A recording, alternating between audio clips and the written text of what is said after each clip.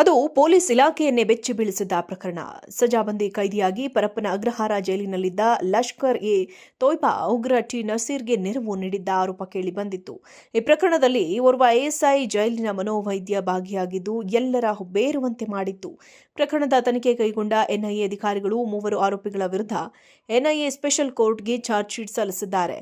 ಉಗ್ರನಿಗೆ ನೆರವು ನೀಡಿದ ಪ್ರಕರಣದಲ್ಲಿ ಎನ್ಐಎ ಅಧಿಕಾರಿಗಳು ಸಿಎಆರ್ ಕಾನ್ಸ್ಟೇಬಲ್ ಚಾಂದ್ ಪಾಷಾ, ಜೈಲಿನ ಮನೋವೈದ್ಯ ನಾಗರಾಜ್ ಮತ್ತು ನಾಪತ್ತೆಯಾಗಿರುವ ಶಂಕಿತ ಉಗ್ರ ಜುನೈದ್ ಅಹಮದ್ ತಾಯಿ ಅನೀಸ್ ಫಾತಿಮಾಳನ್ನ ಬಂಧಿಸಿದ್ರು. ಪ್ರಕರಣದ ತನಿಖೆ ವೇಳೆ 3 ಆರೋಪಿಗಳ ಸಂಚು ಹಾಗೂ ಅಪರಾಧ ಕೃತ್ಯಗಳು ಬೆಳಕಿಗೆ ಬಂದಿವೆ. ಪ್ರಮುಖವಾಗಿ ಆರೋಪಿ ಅನೀಸ್ ಫಾತಿಮಾ ತಲೆಮರೆಸಿಕೊಂಡಿರುವ ಜುನೈದ್ ಅಹಮದ್ ತಾಯಿಯಾಗಿದ್ದು, ಎಲ್ಇಟಿ ಉಗ್ರ ಟಿ ನಸೀರ್ಗೆ ಹಣಕಾಸಿನ ವ್ಯವಸ್ಥೆ ಮಾಡ್ತಾ ಇದ್ಲು. ಮಗನ ಸೂಚನೆಯಂತೆ ಹ್ಯಾಂಡ್ ಗ್ರೆನೇಡ್, ವಾಕಿ ಟಾಕಿ ವ್ಯವಸ್ಥೆ ಮಾಡಿ ಆರೋಪಿಗಳ ನಡುವೆ ಸಂವಹನಕ್ಕೆ ದಾರಿಯಾಗಿದ್ದಳು ಎಂಬುದು ಗೊತ್ತಾಗಿದೆ. ಅದೇ ರೀತಿ ಸಿಎಆರ್ ಎಎಸ್ಐ ಆಗಿದ್ದ ಆರೋಪಿ ಜಾನ್ ಪಾಷಾ ಉಗ್ರ ಟಿ ನಸೀರ್ನ ಮಾಹಿತಿಯನ್ನು ಅವರ ಕಡೆಗೆ ರವಾನಿಸುತ್ತಿದ್ದ ಎನ್ನಲಾಗಿದೆ. ನಸೀರ್ಗೆ ಒದಗಿಸುವ ಬೆಂಗಾವಲು ಪಡೆ ವಿವರಗಳನ್ನು ಹಣದಾಸೆಗಾಗಿ ಸಲ್ಮಾನ್ ಖಾನ್ ಎಂಬಾತನಿಗೆ ನೀಡ್ತಾ ಇದ್ದ. ಇನ್ನು ಪರಪ್ಪನ ಅಗ್ರಹಾರ ಜೈಲಿನಲ್ಲಿ ಮನೋವೈದ್ಯನಾಗಿದ್ದ ಡಾಕ್ಟರ್ ನಾಗರಾಜ್ ಕಾನೂನು ಬಾಹಿರವಾಗಿ ಜೈಲಿಗೆ ಮೊಬೈಲ್ ಫೋನ್ಗಳ ಸಾಗಾಟ ಮಾಡುತ್ತಿದ್ದ. ಕೈದಿಗಳಿಂದ ಹಣ ಪಡೆದು ಮೊಬೈಲ್ ಮಾರಾಟ ಮಾಡುತ್ತಿದ್ದ. ಅದೇ ರೀತಿ ಟಿ ನಸೀರ್ಗೂ ಕೂಡ ಮೊಬೈಲ್ ಮಾರಾಟ ಮಾಡಿದ್ದು, ಇದೇ ಮೊಬೈಲ್ ಮೂಲಕ ನಸೀರ್ ಭಯೋತ್ಪಾದನಾ ಸಂಚು ರೂಪಿಸಿದ್ದ ಎನ್ನಲಾಗಿದೆ. ಎಲ್ಲ ವಿಚಾರಗಳ ಬಗ್ಗೆ ತನಿಖೆ ನಡೆಸಿದ ಎನ್ಐಎ ತಂಡ 3 ಆರೋಪಿಗಳ ವಿರುದ್ಧ ಎನ್ಐಎ ಸ್ಪೆಷಲ್ ಕೋರ್ಟ್ಗೆ ಹೆಚ್ಚುವರಿ ಚಾರ್ಜ್ ಶೀಟ್ ಸಲ್ಲಿಸಿದೆ.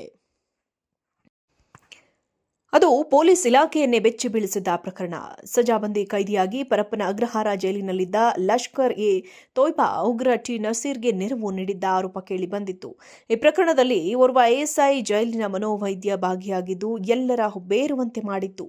ಪ್ರಕರಣದ ತನಿಖೆ ಕೈಗೊಂಡ ಎನ್ಐಎ ಅಧಿಕಾರಿಗಳು 3 ಆರೋಪಿಗಳ ವಿರುದ್ಧ ಎನ್ಐಎ ಸ್ಪೆಷಲ್ ಕೋರ್ಟ್ಗೆ ಚಾರ್ಜ್ ಶೀಟ್ ಸಲ್ಲಿಸಿದ್ದಾರೆ.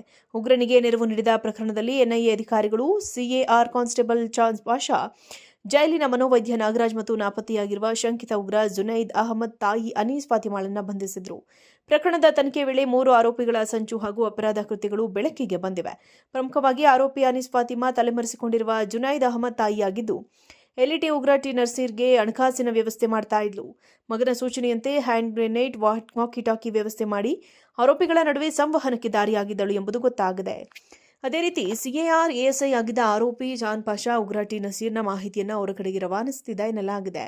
ನಸೀರ್ಗೆ ಒದಗಿಸುವ ಬೆಂಗಾವಲು ಪಡೆ ವಿವರಗಳನ್ನು ಹಣದಾಸೆಗಾಗಿ ಸಲ್ಮಾನ್ ಖಾನ್ ಎಂಬಾತನಿಗೆ ನೀಡ್ತಾ ಇದ್ದ. ಇನ್ನು ಪರಪ್ಪನ ಅಗ್ರಹಾರ ಜೈಲಿನಲ್ಲಿ ಮನೋವೈದ್ಯನಾಗಿದ್ದ ಡಾಕ್ಟರ್ ನಾಗರಾಜ್ ಕಾನೂನು ಬಾಹಿರವಾಗಿ ಜೈಲಿಗೆ ಮೊಬೈಲ್ ಫೋನ್ಗಳ ಸಾಗಾಟ ಮಾಡುತ್ತಿದ್ದ.